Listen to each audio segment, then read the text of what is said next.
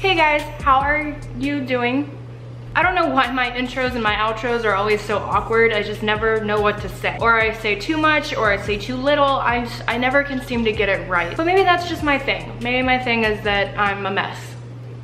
Sounds about right. So today's video, we are going to be talking about coral. I'm gonna be telling you everything I can possibly tell you about corals in 10 minutes. So we're gonna see how I do. I crack a lot of jokes in my videos normally because I think educational ones can get kind of boring, but this is an educational one, so welcome students. Ghost, what are you doing? Teach them a coral fact real quick, Ghost. Okay, so yes, let's begin talking about corals. So first off, we're gonna start with the difference between corals and plants. A lot of people think that corals are plants, but they are not plants. They're not related to plants.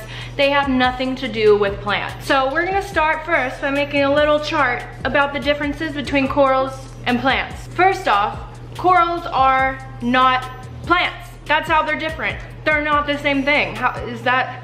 I'm a bad teacher, this sucks. Corals are animals. They are sessile animals, which means they don't move. They sit wherever they are in life and they live their whole life in that little spot unless for some reason they become detached from their rock and they blow away. And they blow away. But they don't have any choice in where they land, and they don't have any choice in how to move. They cannot control their movements. They cannot go walk around. They don't have feet. They don't have legs. They are just sessile animals. Plants are plants. They're not animals. So that's their differences. Plants can make their own food using photosynthesis. Basically, plants sit outside, they absorb the sunlight, and then they convert it into food. Corals can't do this, they actually have to eat. Corals actually have little tentacles. They are nocturnal hunters. They wait until the sun goes down and there's no sunlight. They put their little tentacles out and they catch different kinds of plankton, and that is what they eat. So corals do eat food. They need calcium and nutrients in their life. They can't just rely on the sun for food. When you look at a coral, you just see these little moving balls of color. These are actually called polyps, and every single one is an individual coral. So when you are looking at what you call a coral, you are actually looking at thousands of little corals all together in a community. All of these individual corals are called polyps, and they start out as one and then they are asexual. They reproduce on their own and they create a whole little community of corals. And that's what we know, for example, as a green star polyp. When green star polyps are closed, you can definitely see each individual stem a little easier. And when they're open and flowing all around, they look like one big field of grass, kind of. But they are not grass, they are an animal. Corals do have different temperaments. Some are more calm while others are more aggressive. An example of an aggressive coral is a galaxia. Galaxias have big sweeping tentacles that come out at night, and they will sting other corals, they will sting anything. So this is important to know when keeping a galaxia, because then you want to keep it in your tank away from your other corals. So then all your corals are safe, it can grow, it can reach out for food without harming other corals, things like that. Corals take part in a symbiotic relationship. There is a type of algae called zooxanthellae, and it lives inside of corals. Corals give the zooxanthellae a home, and in return the zooxanthellae eat the waste from the coral, keep things clean, and basically keep them alive. Zooxanthellae also gives coral their color. So when a coral is not doing too well, if they get too warm, for example, they will release the zooxanthellae, and that's when they turn into this white color. This is known as coral bleaching, and that is how it happens. And you can tell that a coral is unhealthy when it is all white, because that means it's not healthy enough to even be homing the zooxanthellae. And that means there's something that needs to be fixed. When coral bleaching takes place, it is not irreversible. All it means is that with the proper care, they can get healthier. But if you don't pay attention and you let them stay white or bleached, they will eventually die, because the zooxanthellae are an important, crucial part of a coral's life. And if it can't house the zooxanthellae, eventually the waste is gonna build up in the coral. It's not gonna hunt for food as often because it can't maintain the waste, because the zooxanthellae is not there to help, and the corals will end up starving and dying. Corals do actually have a skeleton. It is where all the polyps lay on it, but it is not a skeleton like ours. They're not real actual bones, and if a coral dies, they leave a skeleton behind, and another coral can come, land on that skeleton, and build a home on it if they wanted to. The live rock that we bring home sometimes is part of a giant coral skeleton. Sometimes on live rock you can see what it was, you can kind of make out what kind of coral it was, and other times you can't really tell. But it is really interesting seeing corals grow on rocks and create a home or a skeleton out of them. Now going back between plants and corals, there's another third creature that we can compare corals to, and that's anemones. Anemones are closely related to corals, but they are not the same. Corals are sessile, while anemones can actually move. They have a foot, they can go and choose where they want to stay, and if they aren't happy with that, they can let go and go find a new spot, rehome, and they have a mouth right in the center. They are one single invertebrate, closely related to jellyfish, while corals are the accumulation of thousands of little animals. So although corals do not need sun for food, they do need sun for the zooxanthellae algae to grow. The zooxanthellae algae is a plant and it relies on photosynthesis for food. So if corals don't have the proper amount of sunlight every day, the algae will die off and that leads to the corals dying. Now there's a lot of different kinds of corals, but there's three main groups: LPS, SPS, and soft corals. LPS stands for large LPS stands for large polyp stony, SPS stands for small polyp stony, and soft coral is a word, it doesn't stand for anything. SPS corals are definitely the hardest to take care of. They require extremely clean water, perfect amount of sunlight, perfect amount of flow, and in general they are more fragile. SPS corals are let's try that again. SPS corals are the branching coral. They are long skeletons with thousands of little tiny polyps covering the skeleton, but you can still normally clearly make out the skeleton in its form and shape. While LPS corals are lots of polyps all together, they make up kind of like a head, and then the head sits off of the little rock or skeleton that they are growing on. Now in this video, I am featuring a lot of corals that I got from Worldwide Corals. Worldwide Corals is an awesome company, and they even have a subscription program where basically you pay a fee and every single month you get a package of corals and supplies for the corals. They're super cool, and they actually did send me a bird's nest. So here's the bird's nest that they sent me. It's beautiful. They are really, SPS corals are awesome, but they're definitely harder to take care of, and it's even harder sometimes if you decide to mix them in your aquarium. The reason for this is because the water differences. LPS doesn't need as much care as SPS corals need water-wise. Most people don't want to try to worry about the LPS needs and the SPS needs. Also, LPS corals have those big sweeping tentacles that can actually hurt SPS corals. So unless you really know what you're doing, I don't recommend mixing them, not until you at least got a good taste of corals. A lot of practice in, I'll say. Now, soft corals are definitely the easiest ones to take care of. The reason these are easiest is because they are the most tolerant to all kinds of water conditions. They can really tolerate nitrates and nitrites better than LPS and SPS can, but I'm not gonna say that you can go overboard and have insanely high nitrates, ammonia, and nitrites. A lot of them can handle extremely low light and low flow, and that's another reason why they are great for beginners, is you don't have to have that expensive aquarium lighting. You can easily get a light for less than $100 that will provide for soft corals very well. Now I'm gonna take a break real quick.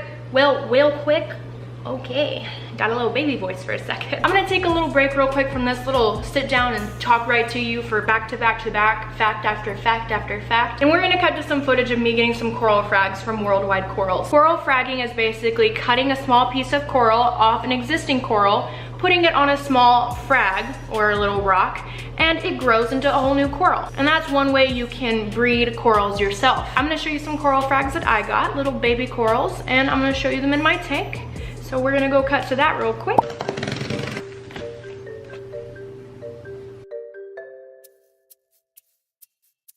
All right, so what I've done here is I've gotten some water from my fish tank, which is right here.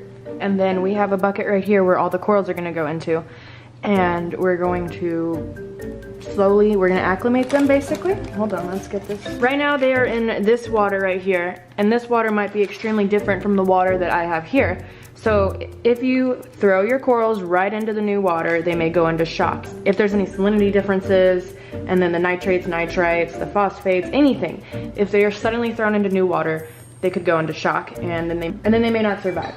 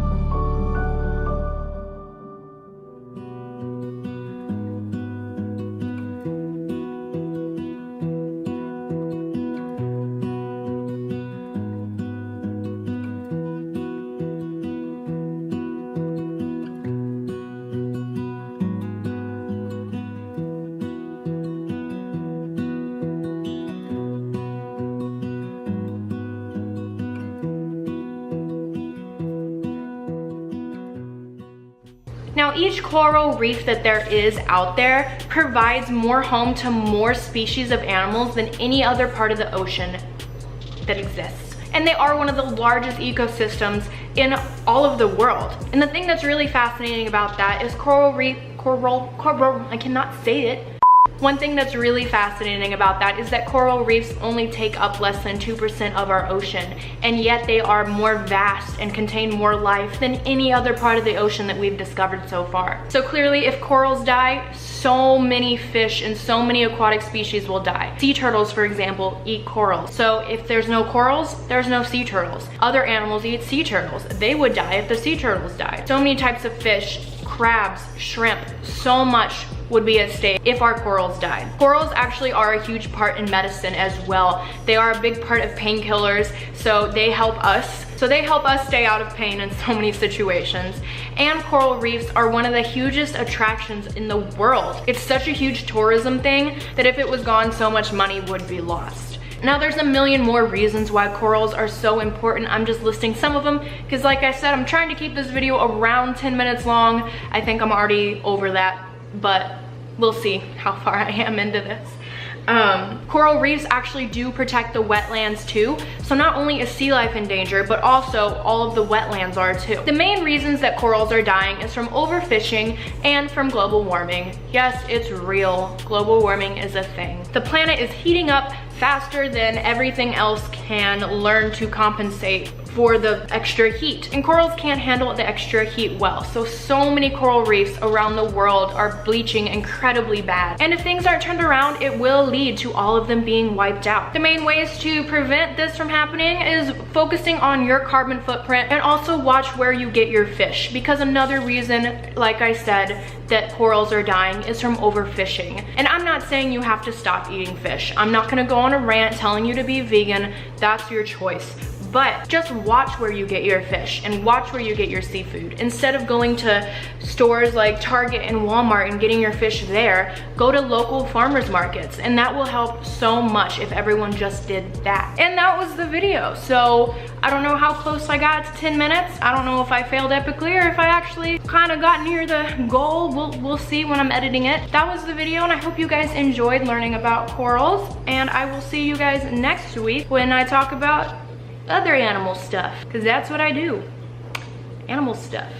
I love you guys so much. Thank you for 1.3 million subscribers. I don't know if I thanked you guys for that last time, but this time I'm doing it. Thank you guys so much again. I love you guys, and have a good week or a few days. I don't know until I see you again, but it might be a week, might be a few days. I don't know when my next video is coming out, but thank you guys. I love you.